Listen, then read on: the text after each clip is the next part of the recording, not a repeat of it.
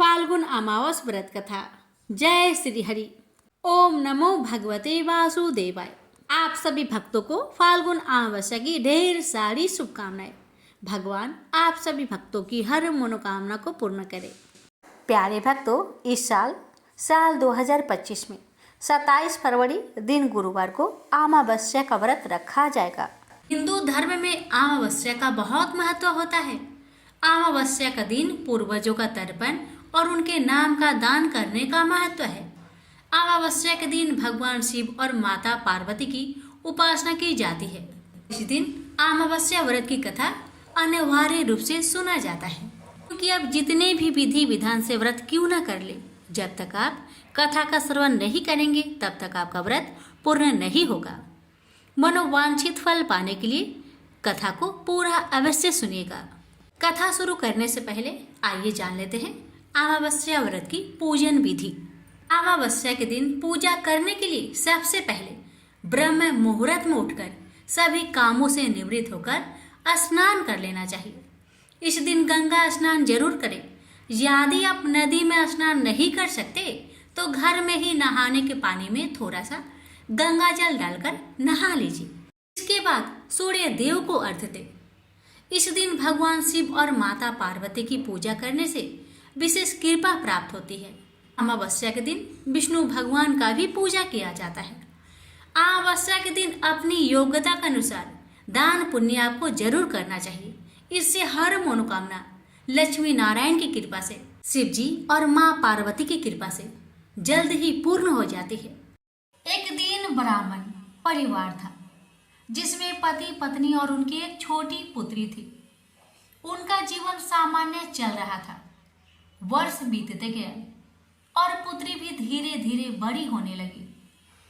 बढ़ती आयु के साथ उसमें स्त्रियों के गुण का भी विकास होने लगा था। वह अत्यंत ही सुंदर, सुशील और सर्वगुण संपन्न थी, लेकिन गरीब होने के कारण उसका विवाह नहीं हो पा रहा था। एक दिन उस ब्राह्मण के घर एक साधु महाराज पधारे। ब्राह्मण पुत्री की सेवा से साधु महाराज का मन बहुत प्रसन्न हुआ और उन्होंने कन्या को लंबी उम्र का आशीर्वाद तो दिया, लेकिन यह भी बताया कि उसके हथेली में विधवा योग है। इस बात से चिंतित होकर ब्राह्मण परिवार ने साधु से उपाय पूछा। तब साधु ने कुछ देर विचार करने के पश्चात अपने ध्यान के आधार पर बताया कि कुछ दूरी पर एक गांव में सोना नाम की धोबन जाति की एक महिला अपने बेटे और बहू के साथ रहती है, जो बहुत ही संस्कारों से संपन्न तथा पति परायण और निष्ठावान है। यदि यह कन्या उसकी सेवा करे और इसके विवाह में वह महिला अपनी मांग का सिंदूर लगा दे तो इस कन्या का विधवा योग मिट सकता है। साधु ने यह भी कहा कि वह महिला कहीं आती जाती नहीं। यह बात सुनकर ब्राह्मणी ने अपनी बेटी से धोबिन की सेवा करने की बात कही। अगले दिन कन्या प्रातःकाल उठकर सोना धोबिन के घर चली गई और फिर प्रतिदिन वह धोबिन के घर की साफ सफाई और अन्य सारे कार्य कर अपने घर वापस आ जाती थी। एक दिन सोना धोबिन अपने बहू से पूछती है कि तुम तो सवेरे उठकर सारे काम कर लेती हो और पता भी नहीं चलता। तब बहू ने कहा, माँ जी, मैंने तो सोचा कि आप ही प्रातः उठकर सारे काम खुद ही खत्म कर लेती हैं। मैं तो देर से उठती हूँ। इसके बाद दोनों सास बहू निगरानी करने लगी कि कौन है जो सवेरे ही घर का सारा काम करके चला जाता है। कई दिनों बाद धोबिन ने देखा कि एक कन्या प्रातः घर में आती है और सारे काम करने के बाद चली जाती है। जब वह जाने लगती तो सोना धोबिन उसके पैरों में गिर पड़ी और पूछने लगी कि वह कौन है जो इस प्रकार छुपकर उसके घर में काम करती है। तब कन्या ने साधु द्वारा कही गई सारी बात बताई। सोना धोबिन पति परायण थी, उसमें तेज था, इसलिए वह इस बात के लिए मान गई। सोना धोबिन के पति थोड़े अस्वस्थ थे, इसलिए उसने अपनी बहू से अपने लौट आने तक घर पर ही रहने को कहा। सोना धोबन ने जैसे ही अपनी मांग का सिंदूर उस कन्या की मांग में लगाया, उसके पति की मृत्यु हो गई। थोड़े समय बाद उसे इस बात का पता चला। वह घर से निर्जल ही चल रही थी, यह सोचकर कि रास्ते में कहीं पीपल का पेड़ मिलेगा तो उसे भौरी देकर उसकी परिक्रमा करने के बाद ही जल ग्रहण करेगी। उस दिन अमावस्या थी। ब्राह्मण के घर मिले पुए पकवान की जगह उसने ईंट के टुकड़े से 108 बार भौरी देकर पीपल के पेड़ की 108 बार परिक्रमा की और उसके बाद जल ग्रहण किया। ऐसा करते ही उसका पति वापस जीवित हो गया। इसलिए माना जाता है कि इस दिन व्रत और आदि करने से पुण्य फल की प्राप्ति होती है। संजय बोले, हे धृतराष्ट्र। तब श्री कृष्ण की दया युक्त नेत्रों में आंसू भरकर व्याकुल चित अर्जुन से बोले, हे अर्जुन, अनर्थ के सेवन करने योग्य अपयश कारक नरक में गिरने वाला मोह इस समय तुम्हारे मन में कहां से आया? तुम कायर मत बनो, यह शोभा नहीं देता। तुम हृदय की दुर्बलता को त्याग कर युद्ध के निमित्त खड़े हो जाओ। अर्जुन ने कहा, हे मधुसूदन, मैं रण में पूज्य भीष्म और द्रोणाचार्य के ऊपर बाण प्रहार कर कैसे युद्ध कर सकता हूँ? इस लोक में महात्मा गुरुजनों को न सताकर भीख मांग भोजन करना उत्तम है और अर्थ की कामना के लिए गुरुजनों को मारकर उनके रक्त से सने भोगों को भोगूंगा। हम नहीं जानते कि युद्ध में कौन जीतेगा। यदि हम जीत भी लेंगे, लेकिन जिनको मैं मारूंगा उन्हें मारकर मैं तो जीवित रहना भी नहीं चाहता। वही धृतराष्ट्र के पुत्र हमारे सामने प्रस्तुत है। दीनता से मेरी स्वाभाविक वृत्ति नष्ट हो गई है और धर्म के विषय में मेरा चित्त मोहित हो गया है। मैं आपसे पूछता हूँ, जिससे निश्चय करके मेरा भला हो, आप मुझे समझाकर बताइए, क्योंकि मैं आपका शिष्य हूँ और आपकी शरण में हूँ। अतः मुझे ज्ञान शिक्षा दीजिए। मुझे पृथ्वी का निष्कंटक राज्य मिल जाए और देवता का भी आधिपत्य मिल जाए, तो भी ऐसा कोई उपाय नहीं दिखता कि जो मेरी इंद्रियों को दुखाने वाले शोक को दूर करे। हे गोविंद, मैं युद्ध नहीं करूंगा। यह कहकर अर्जुन चुप हो गए। संजय बोले, हे राजन, दोनों सेनाओं के बीच में खिन्न होकर बैठे अर्जुन से भगवान श्री कृष्ण ने ये वचन कहे, हे अर्जुन, जिसके लिए शोक नहीं करना चाहिए तू उसके लिए शोक करता है और पंडितों के वचन तू कहता है। तो पंडित लोग न मरों का सोच करते हैं और न जीवितों का सोच करते हैं। यह बात असंभव है कि मैं पहले न था, तुम भी न थे और यह राजा भी न थे और इसके बाद भी न रहेंगे। जैसे देहधारियों की इस देह का लड़कपन, जवानी, बुढ़ापा ये अवस्था होती है, जैसे ही मृत्यु के बाद दूसरी देह की भी होती है। इसलिए पंडित लोग मोक्ष को प्राप्त नहीं होते। इंद्रियों का सप्तरादि विषयों से संयोग जारा, गर्मी आदि सुख दुख देने वाला है। आने जाने वाले और नाशवान जानकर इन्हें सहन कर। हे नर श्रेष्ठ, सुख दुख को समान मानने वाले जिन वीर पुरुष को यह ब्रह्म पदार्थ कलेश नहीं देते, वह मोक्ष पाने के अधिकारी है। असत का तो अस्तित्व नहीं है और सम का अभाव नहीं है। इस अविनाशी, अचित्य और नित्य जीवात्मा के ये सब शरीर नाशवन है। अतएव हे भारत, तुम युद्ध करो। जो पुरुष इस आत्मा को मारने वाला तथा जो मरने वाला मानते हैं, वे दोनों ही ज्ञानी नहीं है, क्योंकि यह आत्मा न मारती है न मरती है। आत्मा न कभी जन्मती है न मृत्यु को प्राप्त होती है, न कभी जन्मी थी न कभी मरेगी। यह अजनबी, नित्य, कभी न घटने बढ़ने वाली और सनातन है। नष्ट होने पर भी वह नाश को प्राप्त नहीं होती। जो पुरुष इस आत्मा को नित्य, अविनाशी, निर्विकार और अनजन्मा जानता है, वह जिसको घात करवेगा और जिसको मारेगा। जिस प्रकार मनुष्य पुराने वस्त्र फेंक कर नया वस्त्र ग्रहण करता है, उसी प्रकार आत्मा पुराने देह को छोड़कर नई देह धारण करती है। आत्मा को शस्त्र काट नहीं सकते, अग्नि जला नहीं सकती, जल भिगो नहीं सकता, ना भीग या गल सकती है और ना सूख सकती है। यह अविनाशी, सर्वव्यापी, स्थिर, अचल और सनातन है। यह इंद्रियों से जाना नहीं जा सकता, यह कल्पना से भी परे है और इसमें हेर फेर नहीं हो सकता। इसलिए ऐसा जानते हुए तुम्हें शोक करना उचित नहीं है। हे महाबाहो, यदि तुम इस आत्मा को नित्य जन्म लेने वाला मानते हो तो शोक नहीं करना चाहिए, क्योंकि जो जन्मा है उसकी मृत्यु है और जिसकी मृत्यु हुई है उसका जन्म होना निश्चय है। अतः जो बात अनिवार्य है उसके लिए सोच करना व्यर्थ है। जन्म लेने से पहले क्या था किसी को मालूम नहीं, मध्य में कुछ प्रकट होता है, फिर मरने से पीछे क्या होगा कोई नहीं जानता। ऐसी दशा में किसी बात का सोच करना क्या तुमको उचित है?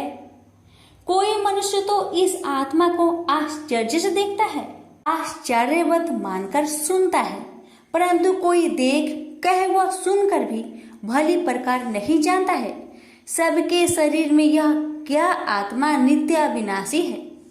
कारण सब प्राणियों के लिए तुमको सोच करना उचित नहीं। अपने धर्म को भी सोचकर घबराना उचित नहीं है, क्योंकि क्षत्रियो को धर्म पूर्वक युद्ध से बराबर कुछ भला करने वाला नहीं है। हे पार्थ, बिना इच्छा के स्वर्ग का द्वार रूप युद्ध तुमको स्वतः प्राप्त हुआ है। ऐसा सुअवसर भाग्यवान क्षत्रिय को ही मिलता है। यदि तुम अपने धर्म के अनुसार इस संग्राम को न करोगे तो अपना धर्म और बड़ाई खो बैठोगे और पाप को प्राप्त होगे। सब लोग सदा तुम्हारी अपकीर्ति करेंगे और प्रतिष्ठा वाले पुरुषों के लिए अपयश का होना मृत्यु से भी बढ़कर है।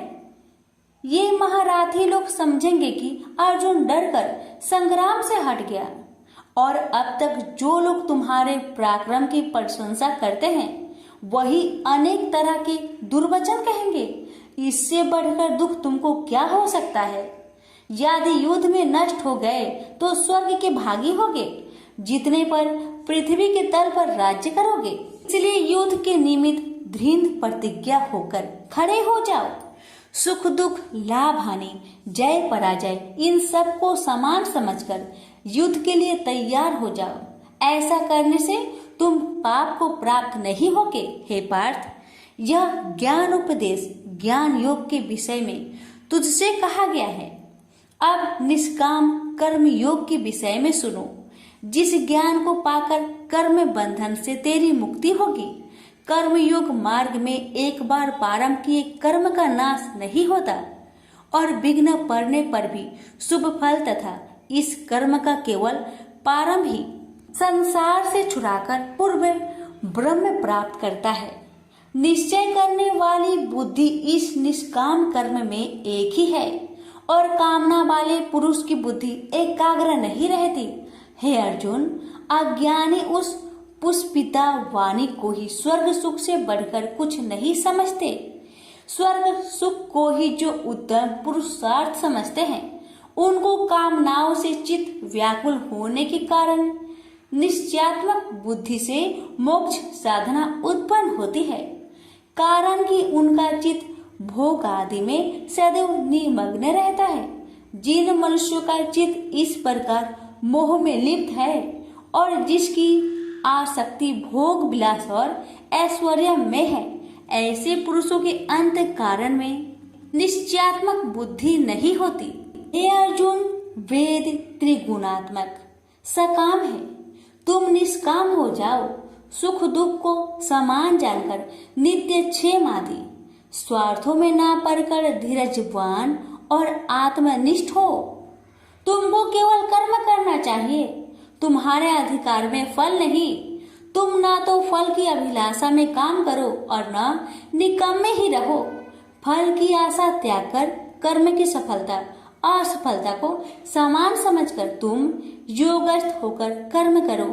फल की इच्छा रखने वाले निष्कृष्ट होते हैं।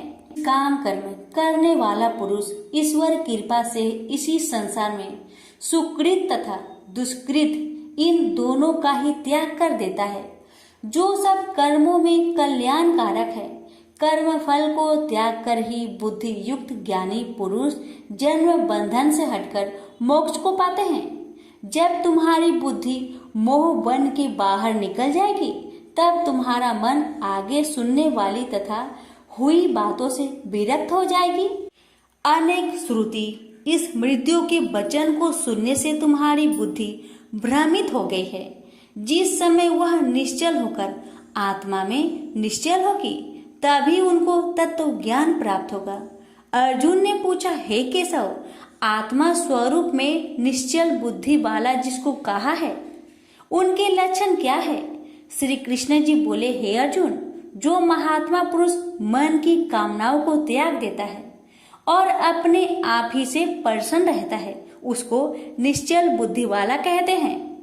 दुख में जिसके मन खेद नहीं होता और सुख में जिसको आसक्त नहीं होती तथा प्रीति भय क्रोध जिसके जाते रहते हैं, वह महात्मा स्थिर बुद्धि वाला मुनि कहलाता है।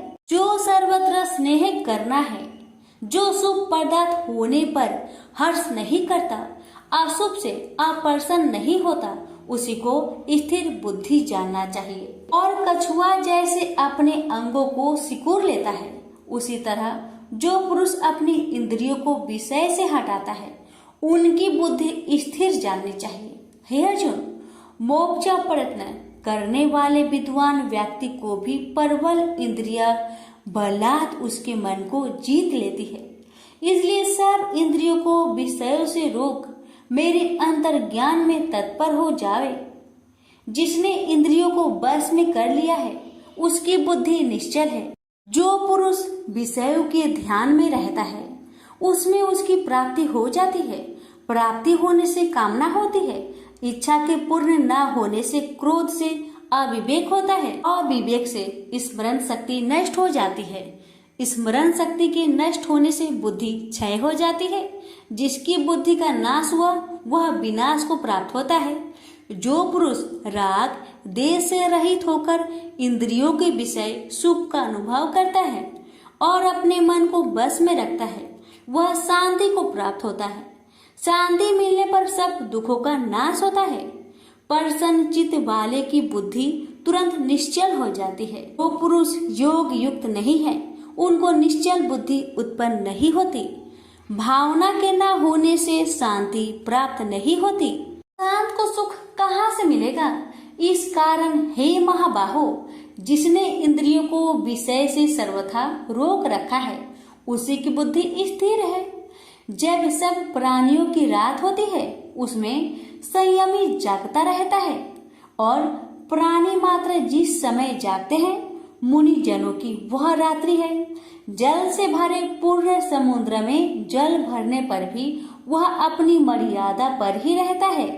उसी तरह जिस पुरुष में इच्छा न रहने पर भी अनिच्छा से सब विषय भोग प्राप्त होते हैं, उसी को शांति मिलती है। विषयों की इच्छा करने वाले को शांति नहीं मिलती। जो पुरुष सब कामनाओं को छोड़कर इच्छा रहित होकर विचरता है, ममता अहंकार जिसमें नहीं है, वही शांति को प्राप्त होता है। हे पार्थ, ब्रह्मी स्थिति यही है। ऐसी स्थिति मिल जाने पर प्राणी फिर मोह में नहीं फंसता और अंत समय में निर्वाण ब्रह्म पद को प्राप्त होता है। प्रेम से बोलिए श्री कृष्ण भगवान की जय। पर श्रीमद् भगवत गीता पाठ का दूसरा अध्याय समाप्त हुआ। अब सुनेंगे दूसरे अध्याय का महात्म्य। श्री नारायण जी बोले, हे लक्ष्मी, दक्षिण देश में एक पूर्ण नाम नगर था। वहाँ एक देव सुशर्मा बड़ा धनवान रहता था। उसे साधु सेवा करते हुए 7 दिन बीते थे। तब एक बाल नाम ब्रह्मचारी आया, उसकी बहुत सेवा की और विनय से कहा, हे संत, कृपा कर मुझे श्री नारायण जी के पाने का ज्ञान उपदेश दीजिए। तब वह ब्रह्मचारी बोला, मैं तुझे गीता जी के दूसरे अध्याय का पाठ सुनाता हूँ, श्रवण कर। एक आइली वन में बकरियां चरा रहा था। वहां मैं भजन किया करता था। एक दिन रात को आइली अपनी सभी बकरियों को लेकर घर के रास्ता में चल रहा था कि मार्ग में एक सिंह बैठा मिला उसे। एक बकरी सबसे आगे अपनी ओर चली आती देखकर शेर वहां से भाग गया। तब आइली यह देखकर बहुत हैरान हुआ और मैं भी वहां पर खड़ा हुआ था। उस चौराहे ने मुझे देखकर कहा, मैंने यह आश्चर्य देखा कि बकरी को देखकर शेर भाग गया। ये कैसे हुआ? तुम तो त्रिकाल के हो, यह वृंतांत मुझे सुनाओ, तुम सब कुछ जानते हो। तब संत ने कहा, हे आइली, मैं तुझे एक छिपकली वार्ता सुनाता हूँ। यह बकरी पिछले जन्म में डायन थी। जब इसका पति मर गया तब यह बड़ी डायन हुई। इस सुंदर लड़के को देखे उसी को खा लेती थी। और शेर पिछले जन्म में फंदक था। वह पंछी को पकड़ने के लिए वन में जाया करता था। ये डायन भी वही वन को गई। वहाँ डायन ने उस फंदक को खा लिया था। अब वही फंदक शेर हुआ। वह डायन बकरी बनी है। शेर को पिछले जन्म की खबर है, इसलिए बकरी को देखकर शेर ने समझा कि अभी यह मुझे खाने के लिए आ रही है। तब आइली ने कहा, मैं पिछले जन्म में कौन था? तब संत बोला, तू पिछले जन्म में चांडाल था। आइली ने कहा, हे ब्रह्मचारी जी, कोई उपाय भी है जिससे हम तीनों ही इस अधम देश से छूटे?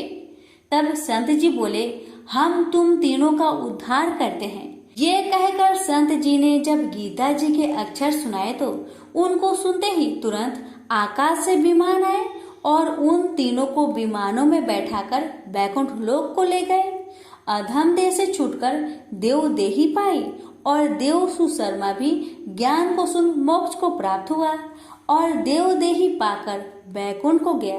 तब श्री नारायण जी ने कहा, हे लक्ष्मी जी, जो मनुष्य श्री नारायण जी के ज्ञान को पढ़े सुने वह अवश्य मुक्ति को प्राप्त होता है। प्रेम से बोलिए लक्ष्मी नारायण की जय।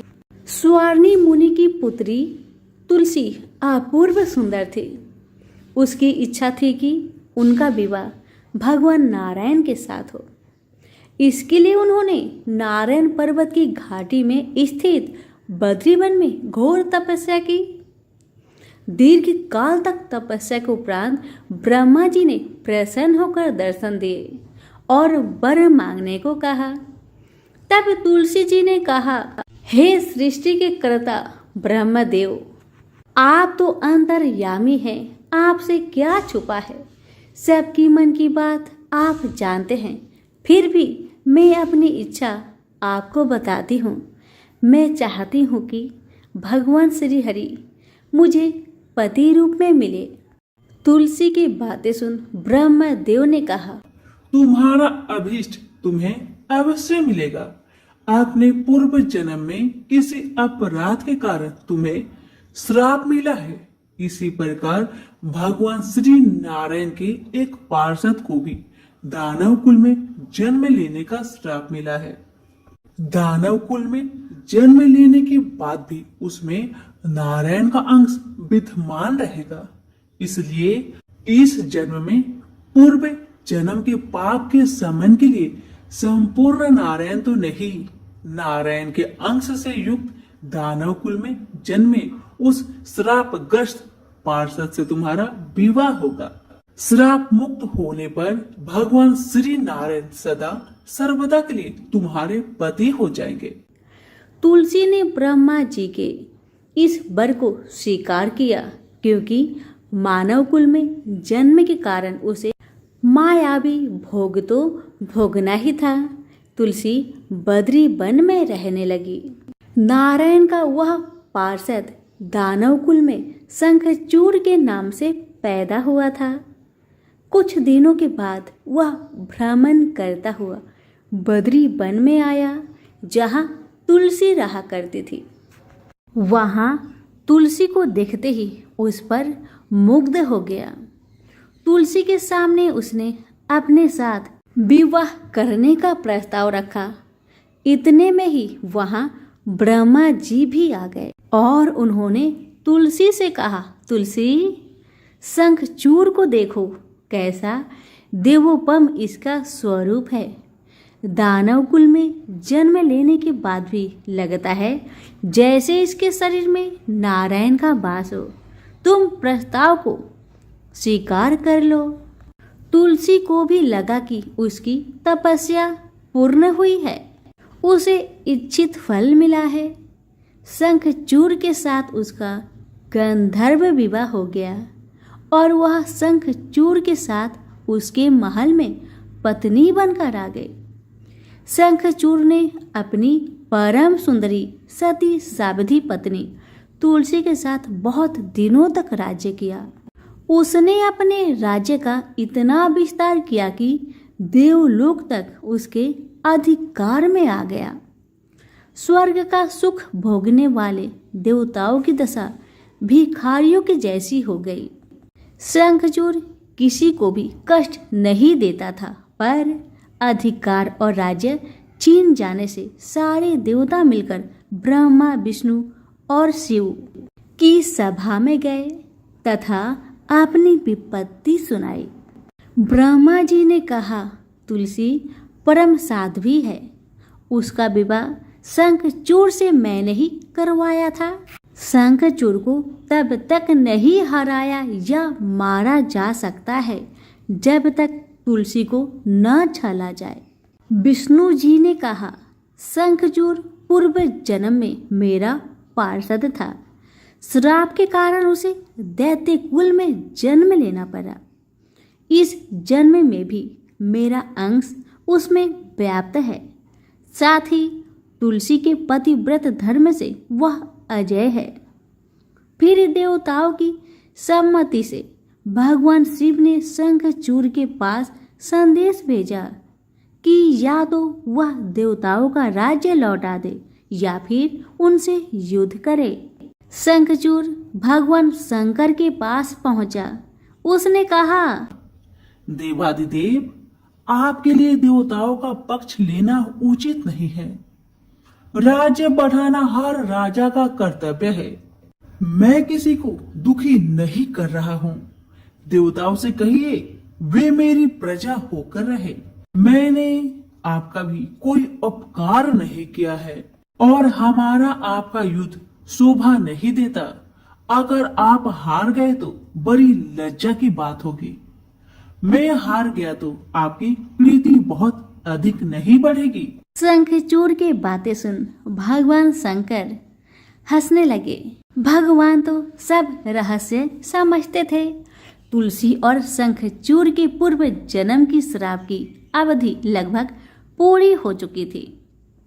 भगवान बोले, इसमें कृति और लज्जा की बात नहीं। तुम देवों के राज्य लौटाकर उन्हें उनके पद पर प्रतिष्ठित होने दो। युद्ध से बचने का यही एक उपाय है।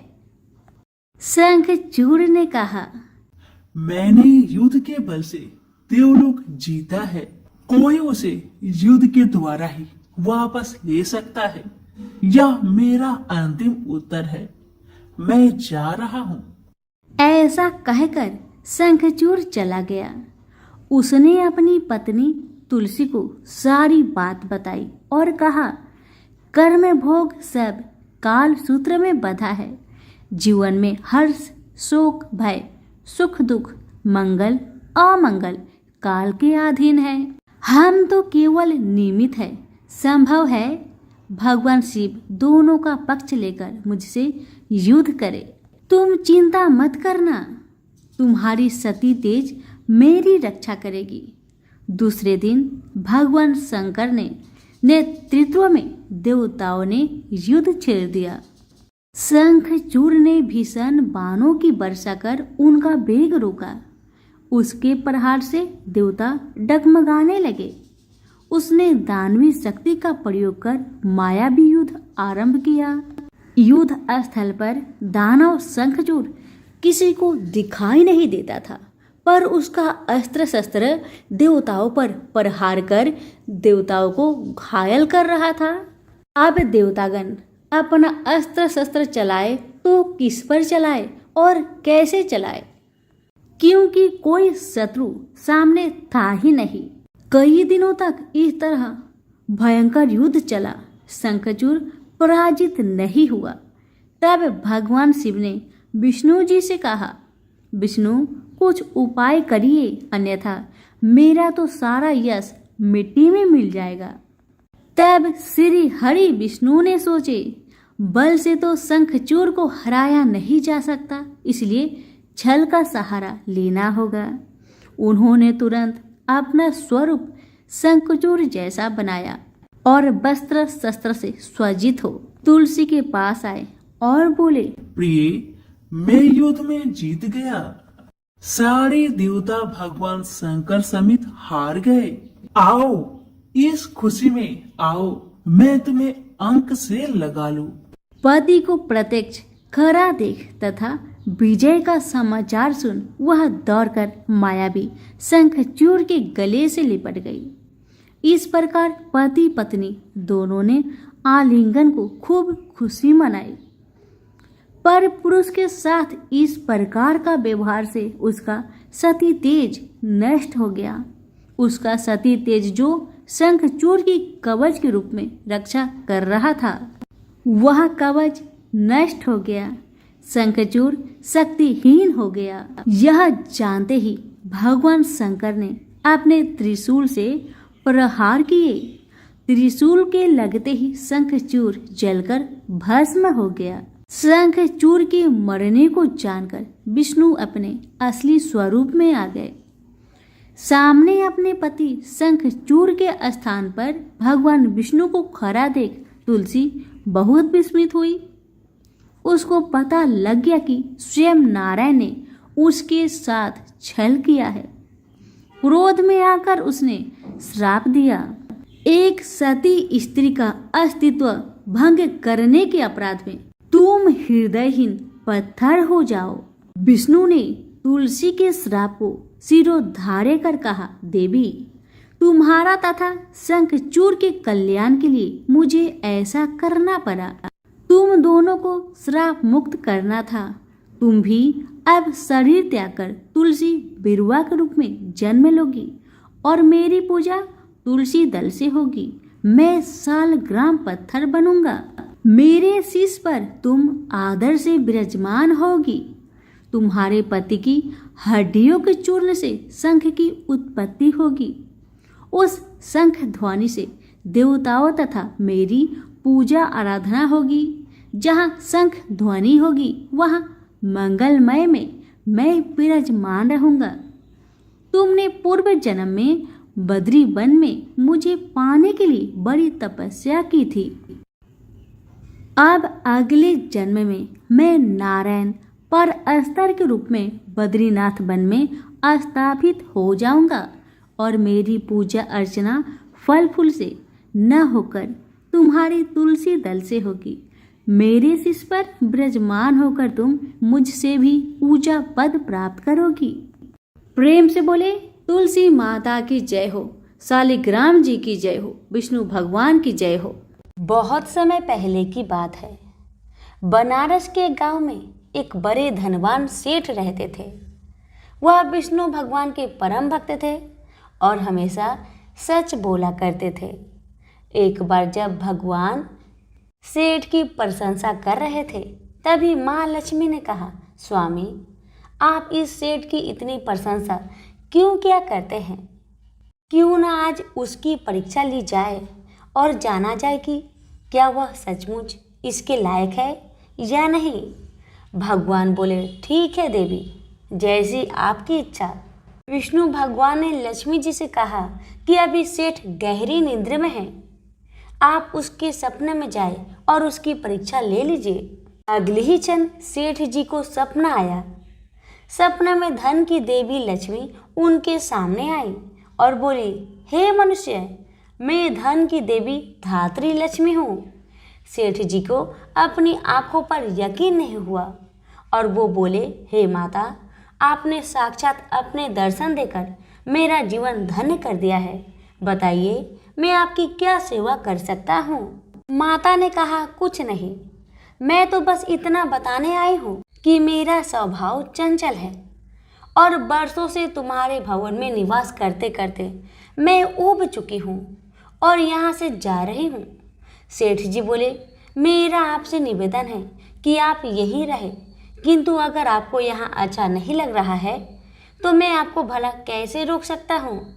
आप अपनी इच्छा अनुसार जहाँ चाहें वहाँ जा सकती हैं। इतना कहते ही महालक्ष्मी सेठ के घर से चली गई।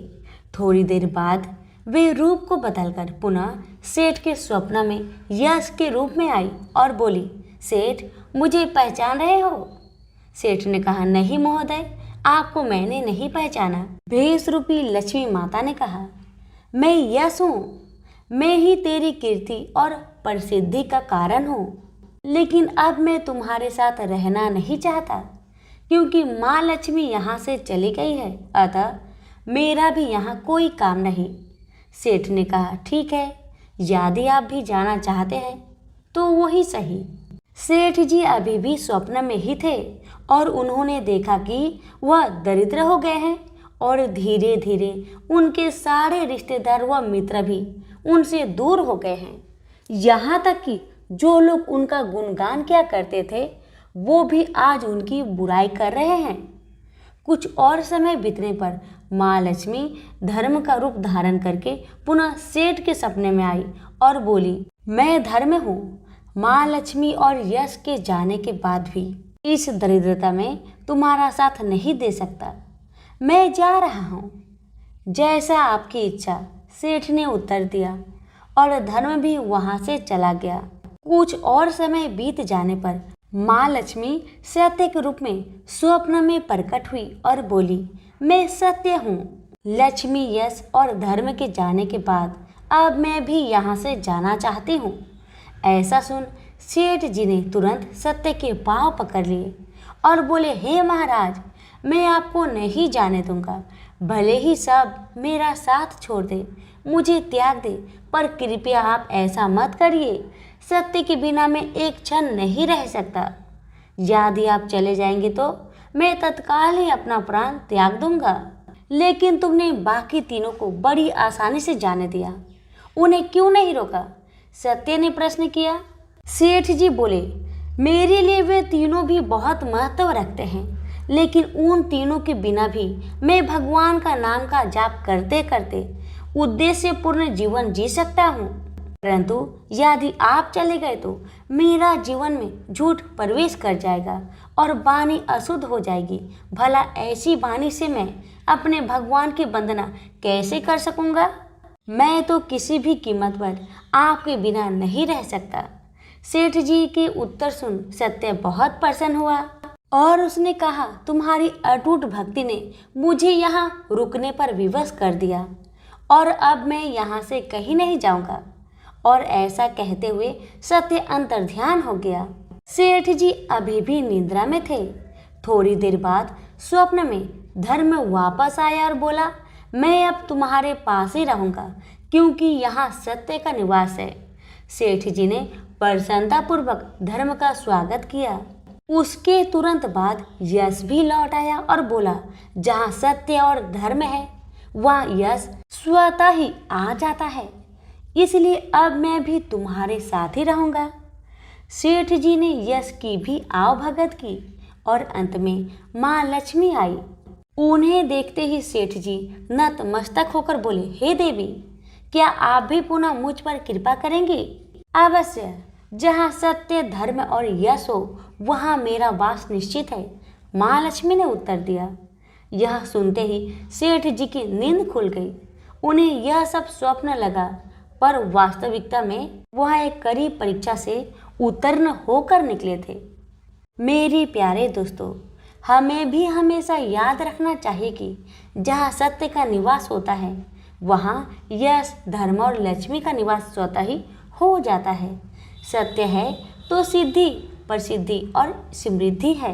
प्रेम से बोलिए लक्ष्मी नारायण की जय। आजामिल एक सदाचारी ब्राह्मण था। वह कन्याकुब्ज प्रदेश में रहता था। प्रारंभिक जीवन वह बहुत ही सदाचारी तथा ब्राह्मणोचित कर्म करने वाला था। दुर्योग से एक बार वह किसी दासी के प्रेम में पड़ गया और उसे अपनी पत्नी बनाकर रहने लगा। उसकी कुसंगति के कारण उसके विचार दूषित हो गए और दुष्कर्मों से वह अपनी जीविका चलाने लगा। वह लूटपाट तथा हत्या जैसे बुरे कर्मों में हमेशा लगा रहता था। दासी से इसके 10 पुत्र थे। उनमें से सबसे छोटे पुत्र से उसे बड़ा मोह था। उसका नाम उसने नारायण रखा था। अक्सर वह उसे हमेशा नारायण नारायण कहकर पुकारता था। उसके अन्य बेटा उसकी कोई परवाह नहीं करते थे तथा वे भी उसी की तरह दुष्ट कर्मों में लगे रहते थे। पत्नी भी नीच संस्कारों की थी, अतः वो भी कभी आजमील को मना नहीं करती थी कि बुरे और निंदित कर्म मत करो। अच्छे और भले कर्मों से जो उपार्जित करोगे उसी में रूखा सूखा खाकर जैसा भी होगा हम अपना तथा अपने परिवार का भरण पोषण करेंगे। पत्नी तथा अन्य संतानों की तरफ से निंदित कर्मों का बढ़ावा देने के कारण अजामिल और भी बुरे कर्मों में लगा रहा। चोरी, झूठ, लूटपाट तथा हत्या जैसे जघन्य कर्मों के साथ वह मद्यपान भी अधिक करने लगा, जिससे उसका स्वास्थ्य भी खराब हो गया। एक बार वह बहुत बीमार पड़ा। उसकी सेवा के लिए कोई भी न आता था। अब उसे पता लगा कि जिनके भरण पोषण के लिए वह निंदित कर्म करता रहा वही लोग अब उसे पूछते तक नहीं। बीमारी के कारण वह आसक्त होकर खाट पर ही पड़ा रहता था। उसमें स्वयं उठने बैठने तथा चलने फिरने की शक्ति भी नहीं रही। छोटा बेटा नारायण ही उसकी पुकार सुनकर उसके पास आता और उसकी बात सुनता था, इसलिए वह हमेशा उसको ही नारायण नाम लेकर पुकारता था। उसको असाध्य रोग हो गया था। एक दिन उसे जब आभास हुआ कि अब वह नहीं बचेगा और उसका प्रांत हो जाएगा, तो व्याकुल होकर वह अपने छोटे पुत्र को नारायण नारायण कहकर पुकारने लगा। जब तक नारायण उसके पास नहीं पहुंचा, उसने नारायण नारायण की रट लगाई रखी। जब उसके पास आया तो जीवन से निराश विहल हो उसका हाथ पकड़कर कहा, नारायण नारायण तू आ गया है। इतना कहते ही उसका प्रांत हो गया। शरीरांत होने पर उसके जीव को लेने के लिए यमदूत आ पहुंचे और वे अजामिल के जीवन को लेकर यमलोक चले जाए। इससे पहले ही बैकुंठ से विष्णु के दूत आ गए और उन्होंने यमदूत से कहा, अजामिल के जीव को तुम लोग नरक में नहीं ले जा सकते। मरते समय इसने कई बार विष्णु को नारायण नारायण कहकर पुकारा था, अतः अब यह जीव स्वर्ग का अधिकारी है। यमदूत हंसकर बोले, इसके सारे जीवन का लेखा जोखा चित्रगुप्त की ही बही में लिखा है। उसके अनुसार ये पूरे जीवन में हमेशा निंदित और पाप कर्म में लिप्त रहा। तुम जो नारायण की बात करते हो, यह नारायण के रूप में विष्णु भगवान को नहीं पुकार रहा था। ये तो अपने छोटे बेटे को उसका नाम लेकर पुकार रहा था। विष्णु दूतों ने कहा, प्रारंभिक जीवन में यह सत्कर्मी था। एक स्त्री की कुसंगति में पड़कर इसने पाप कर्म किए हैं। इस सब के बाद बेटे के नाम के बहाने ही सही ये हमेशा नारायण नारायण कहता रहता था और अंत समय तो इसने नारायण नारायण कहते हुए अपने प्राण त्यागे हैं। इसलिए यह जीव इतने पुण्य से ही स्वर्ग का अधिकारी है। इसको हम स्वर्ग ले जाएंगे। इस प्रकार अजामिल नारायण के नाम की महिमा से स्वर्ग का अधिकारी बना। तो प्रेम से बोलिए, लक्ष्मी नारायण की जय। एक लपसी था, एक तपसी था। तपसी हमेशा भगवान की तपस्या में लीन रहता था। लपसी रोजाना 1.25 सेर की लापसी बनाकर भगवान का भोग लगाकर जीम लेता था। एक दिन दोनों लड़ने लगे। तपसी बोला, मैं रोज भगवान की तपस्या करता हूँ इसलिए मैं बड़ा हूँ। लपसी बोला, मैं रोज भगवान को 1.25 सेर लापसी का भोग लगाता हूँ इसलिए मैं बड़ा हूँ। नारद जी वहां से गुजर रहे थे। दोनों को लड़ता देखकर उनसे पूछा कि तुम क्यों लड़ रहे हो। तपसी ने खुद के बड़ा होने का कारण बताया और लपसी ने अपना कारण बताया। नारद जी बोले, तुम्हारा फैसला मैं कर दूंगा। दूसरे दिन लपसी और तपसी नहाकर अपनी रोज की भक्ति करने आए तो नारद जी ने छुपकर 1.25 करोड़ की एक एक अंगूठी दोनों के आगे रख दिए। तपसी की नजर जब अंगूठी पर पड़ी तो उसने चुपचाप अंगूठी उठाकर अपने नीचे दबा लिया। तपसी की नजर अंगूठी पर पड़ी लेकिन उसने ध्यान नहीं दिया। भगवान को भोग लगाकर लपसी खाने लगा। नारद जी सामने आए तो दोनों से पूछा कि कौन बड़ा है, तो नारद जी ने तपसी से खड़ा होने को कहा। वो खड़ा हुआ तो उसके नीचे दबी अंगूठी दिखाई पड़ी।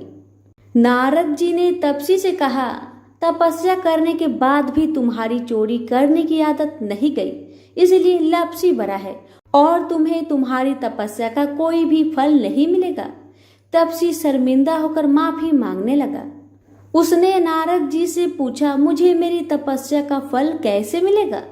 नारद जी ने कहा, यदि कोई गाय और कुत्ते की रोटी नहीं बनाएगा तो फल तुझे मिलेगा।